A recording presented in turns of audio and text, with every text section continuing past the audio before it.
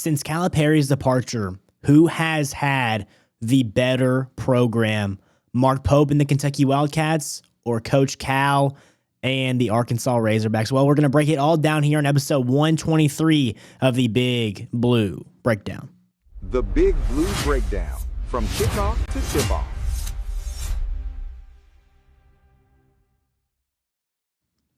Welcome in, everybody, to the Big Blue Breakdown, where we cover Kentucky football and basketball. I'm Jackson Thurman, and I appreciate you guys listening to episode 123 here on the podcast. If you guys want to help us out on YouTube, Spotify, and Apple Podcasts, make sure to do that by liking, subbing, and then go check us out on social media at BigBlue_Beatdown on TikTok, X, and Instagram. So in today's show, we have an absolute loaded slate for you today, as we're going to be talking about the state of two programs right now, Arkansas and Kentucky. I just think it's a little fun exercise to talk about here. That's not the entire show. That's not the entire, that's not what this full episode is going to be about. It's going to be about that's going to be a segment of it. But I just thought it'd be a fun exercise to do, and really so I can give you my opinion on who has been, I want to lay this out first before we dive into it here.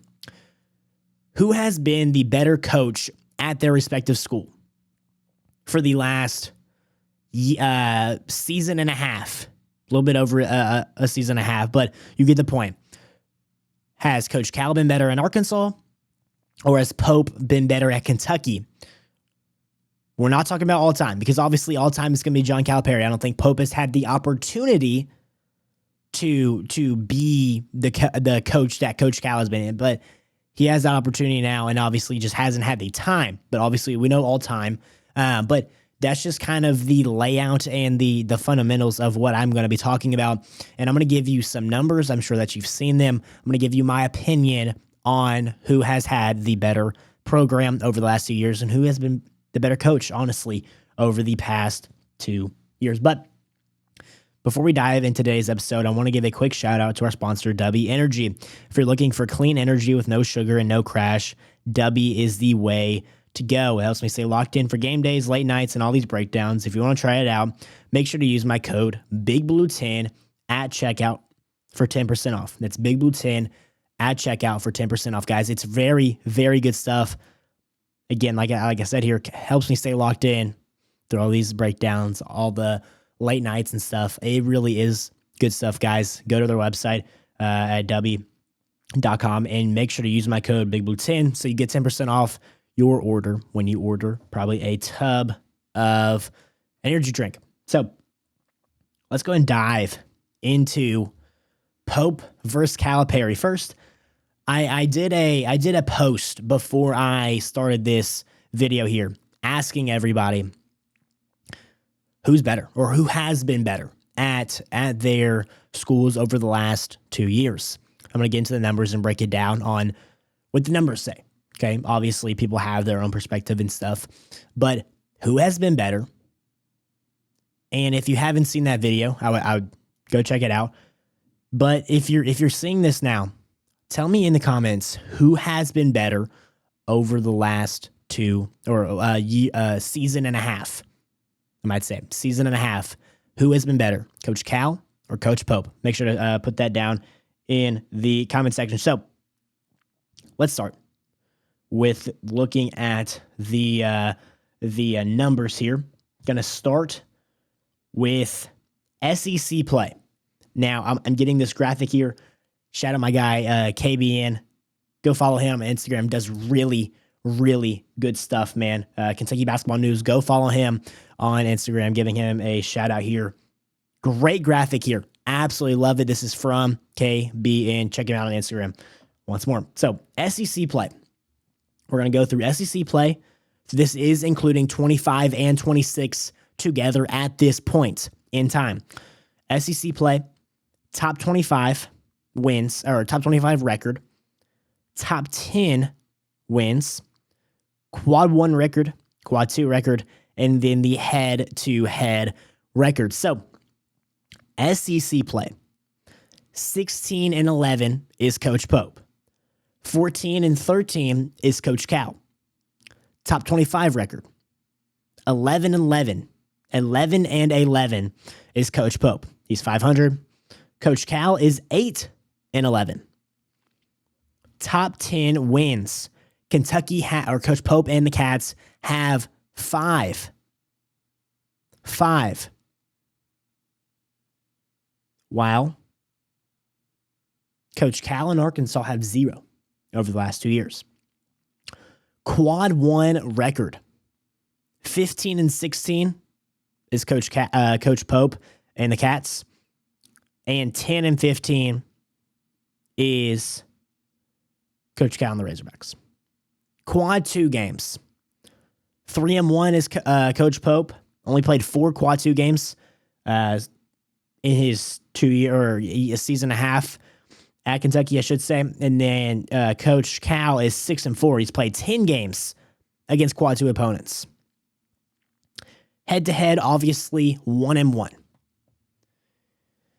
The only statistical category that Coach Calipari has on Coach Pope is his quad 2 victories. And the best quad that you can play against is obviously quad 1, where Pope has Coach Cal by 5 wins. So he's played more games there. He's played 31 quad 1 games, while Coach Cal has played 25, so that's 6 more. And he's 15-16, while Coach Cal is 10-15. And then in quad 2 games, which is lesser competition, not terrible competition at all. Not terrible competition at all. Especially if you get a game at home against it could be a quality opponent. That still could be a quad 2 game. So not bad competition.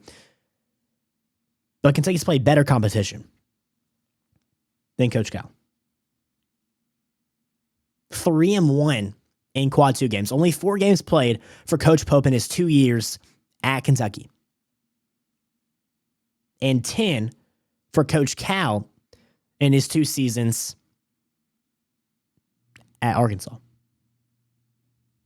6-4 is his quad 2 record. 3-1 is Coach Pope's record at Kentucky in quad 2 games. And then obviously the head-to-head, Arkansas comes into Rupp Arena last year, beats us. We go into Bud Walton Arena this year, beat them. It's tied there, and they beat us technically in the quad 2 category. If you want to count that as a win. My opinion here. Again, great graphic right there by KBN. Great graphic. My opinion. I think Coach Pope has been better. Now, also, they are tied in the statistical category of NCAA tournament resume, which is both they made a Sweet 16 in their first year at their respective schools, Arkansas and Kentucky. Both made a Sweet 16, both lost in the Sweet 16.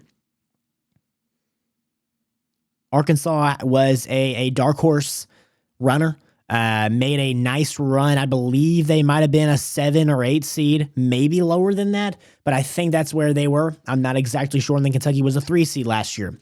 Again, both made it to the Sweet 16.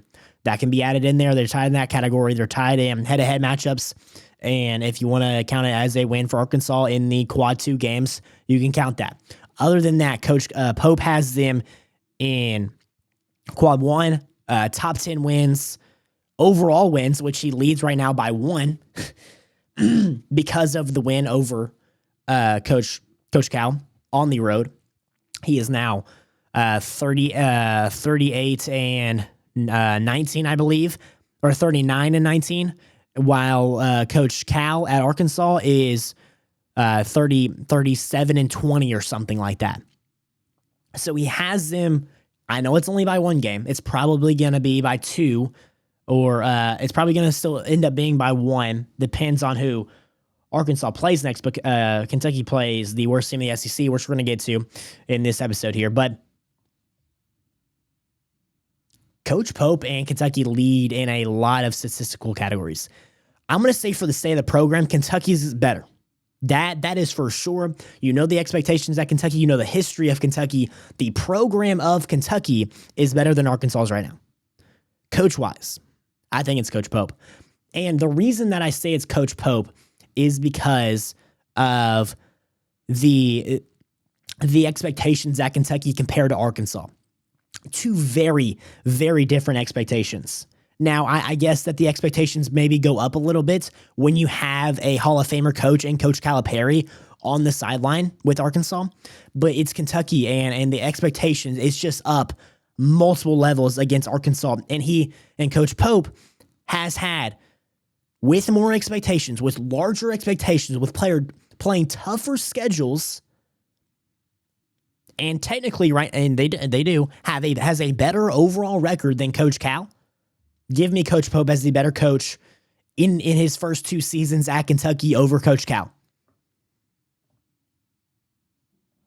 There's my argument. I'm riding with Coach Pope as the better coach over Coach Cal right now. Pause for water. Again, comment in the comment section what you guys think. Excuse me. Coach Pope or Coach Cal? I think it's Coach Pope. I think the numbers show you. And I think in a down year for the Cats versus a down year for Arkansas, which they had a down year last year. It still made the Sweet 16. Give them full credit for that. But Kentucky's down year, they are tied for third in SEC play. They're actually tied with Arkansas. You want to put that in there? Kentucky's down year in the SEC and in general, they're tied with Arkansas, who is having a quote-unquote good year in SEC play. So, again, it's the expectations and it's the performance through those expectations that I think is what gives Coach Pope the edge. Okay, let's move on. I'm going to hit on this one very, very quickly. Very, very quickly. And it is it's the top 25. Okay. UK did not make it. UK did not make it into the top 25 of this week's AP poll. Arizona still sits at number 1, Michigan number 2, UConn number 3. Michigan moves up 1 after their win against Michigan State, if anybody wanted to know. So, you might be asking, all right, where does Kentucky sit versus where some other teams sit? And that's my argument here. Kentucky gets blown out by Vandy on Wednesday. No, excuse me, Tuesday. 25 points, they get blown out, right? Terrible loss, bad loss, no energy, no effort. But what had they done up to that point? They went on the road and beat a quality SEC team in Tennessee on the road after a 17-point comeback. They had won 5 games in a row. Then they lay an egg in Memorial Coliseum. Is it Memorial Coliseum? Did I just mess that up? Memorial Gym. Maybe I'm wrong in that one. I'm getting the women's basketball and that one mixed up. But they get killed by Vandy, right? But they did have a 5-game winning streak in the SEC, including a nice win over Tennessee on the road. Nice win. 17-point comeback. Win 5 in a row. Goose egg at Vandy. Lose by 25. But then you go on the road and then you beat the 15th ranked team in the country in Arkansas. At that time, 15th ranked team in the country in Arkansas. They had won 3 up until that point. Red hot team had climbed pretty high in the rankings, or had a big jump in the rankings the previous week. And you're sitting there and you're thinking, okay, maybe we get into 25, or at least we just go up maybe a couple of spots where you're sitting at 27. But no, not at all. Kentucky's won 6 out of their last 7. I know they get blown out by Vanderbilt, but and they beat 2 ranked teams on the road in those games. And they drop to 30th in the AP poll. To 30th in the AP poll. And you know who's ranked? Tennessee. At 25th over Kentucky. The Vols are 15-6. The Cats are 15-7, play one more game than them. Their wins include a win at Alabama, and then they beat a solid Auburn team at home. and they're ranked ahead of us. It doesn't, that does not add up to me at all. It does not add up to me at all. You would think we'd at least move up maybe to like the 26th spot, which I would get. Us not being in the top 25, fine, sure, whatever. We played a terrible game against Vanderbilt. Okay, but you put us right on the outside at 26, But no. Tennessee gets in and we drop down 3 spots after going 6 of 7 in our last games and then having a humongous top 15 road win at that time, which is the highest ranked SEC team in the AP poll, and beating them on the road and handled them throughout the game. But no, just that simply just does not add up to me. Simply doesn't. Absolutely does not make sense to me. Let me know what you guys think right now. I mean, Louisville is at 24th. They dropped down 4. I don't know. I just don't see, okay, if you don't want to rank us, but then don't rank Tennessee because we also have the head-to-head win over them. We're beating them in SEC play. I don't know. It just doesn't make any sense, guys. It just doesn't at all. Especially for us to move down. And then for Tennessee to be up above us. It just does not. It simply doesn't add up, guys. It simply does not add up. Okay. Before we move on to the last little portion of this episode here, I want to shout out Bluegrass Elite, your go-to brand for Kentucky apparel if you want high-quality gear that really represents Big Blue Nation, whether it's for game day, campus, or everyday wear. Bluegrass Elite has you covered. Make sure you check them out and use my code BBB15 for 15% off at checkout. That's BBB15 for 15% off at checkout. Guys, they have amazing apparel. You can go look up them on your browser and go find their website where they sell really, really good stuff. You can find them on the TikTok shop. Really anywhere you want to buy them from, get their stuff from, you can, but then use my code BBB15 so you get 15% off your order when you use it. Okay, moving on here to Kentucky versus Oklahoma. Kentucky versus Oklahoma, whether they will play Wednesday night at 9, a late one for the Sooners and the Cats. So before we dive into Oklahoma here, Kentucky, according to Bart Torvik, is a 8.3 favorite over the Sooners. Their projected final score is 80-71, with a 78% chance to win the game. Guys, I'm going to simply put it here. I'm going to simply put it for you. Oklahoma is, record-wise, and in my opinion, the worst team in the SEC. Worst team. Where they sit at 68th in KenPom. They are 16th in the SEC in their record, which is dead last, by the way. Kentucky will be facing the worst team in the SEC Wednesday night, who hasn't won a game, excuse me, hasn't won a game in a month. Calendar month, has not won a game. Pause for water.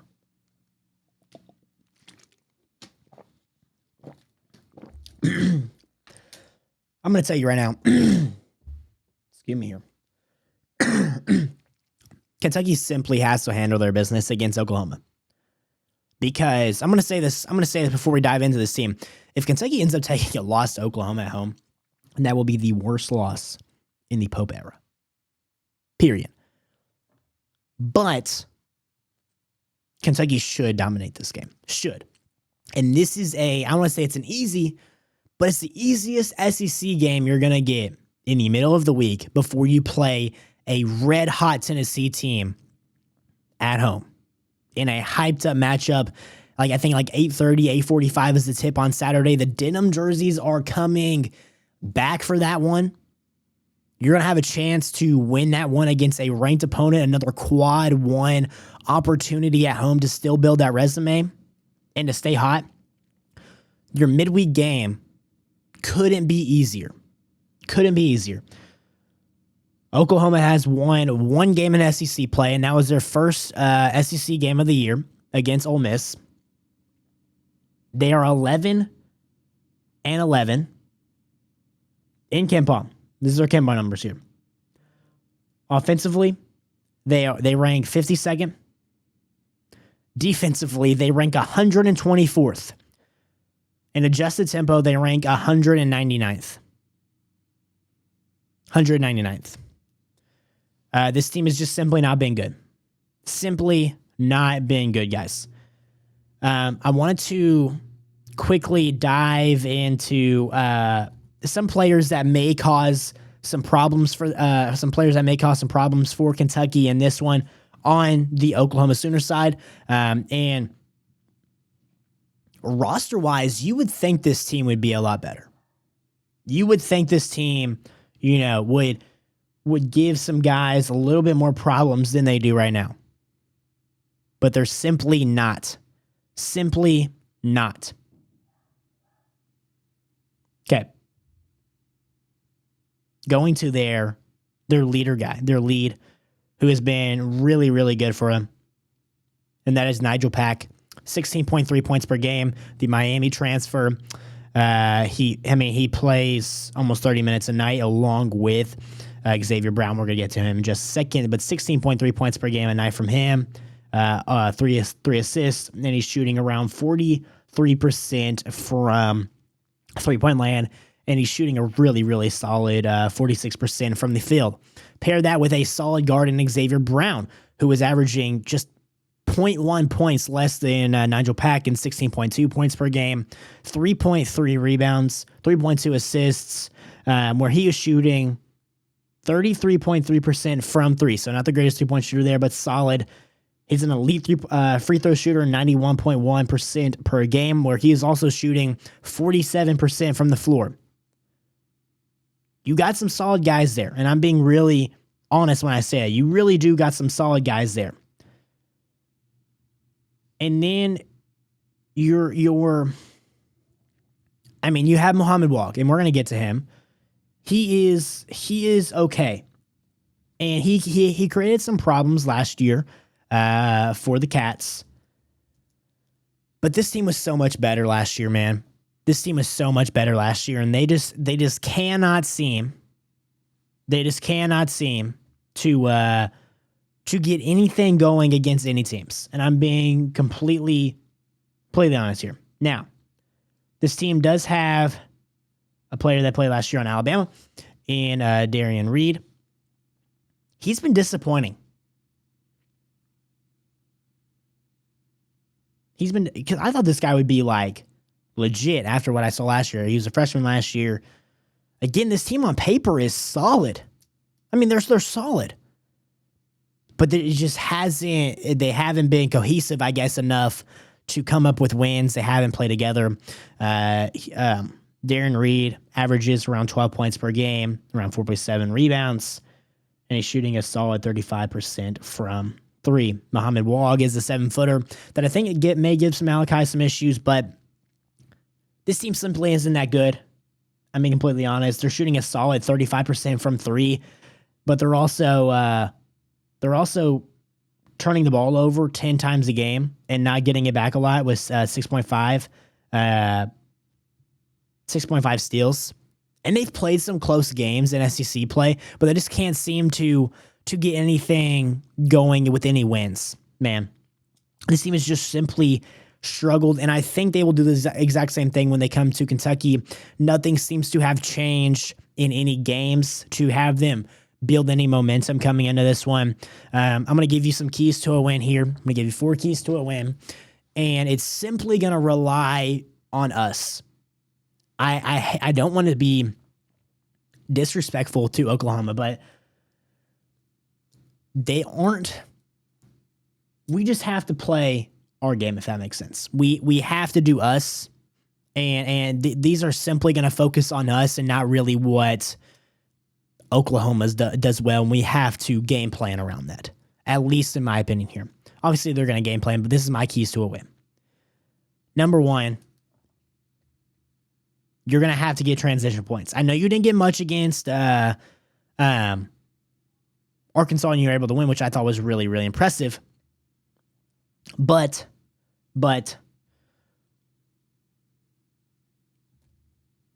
just get those.